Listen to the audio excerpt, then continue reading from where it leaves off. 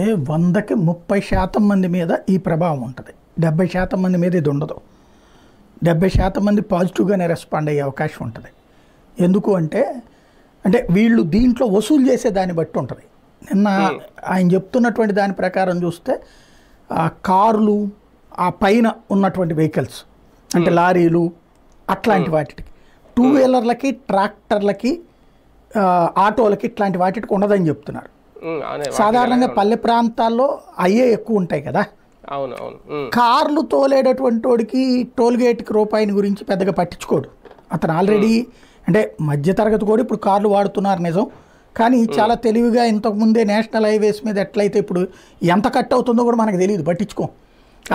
ఇది వచ్చేసిన తర్వాత అయిపోతూ ఉంది అంతే.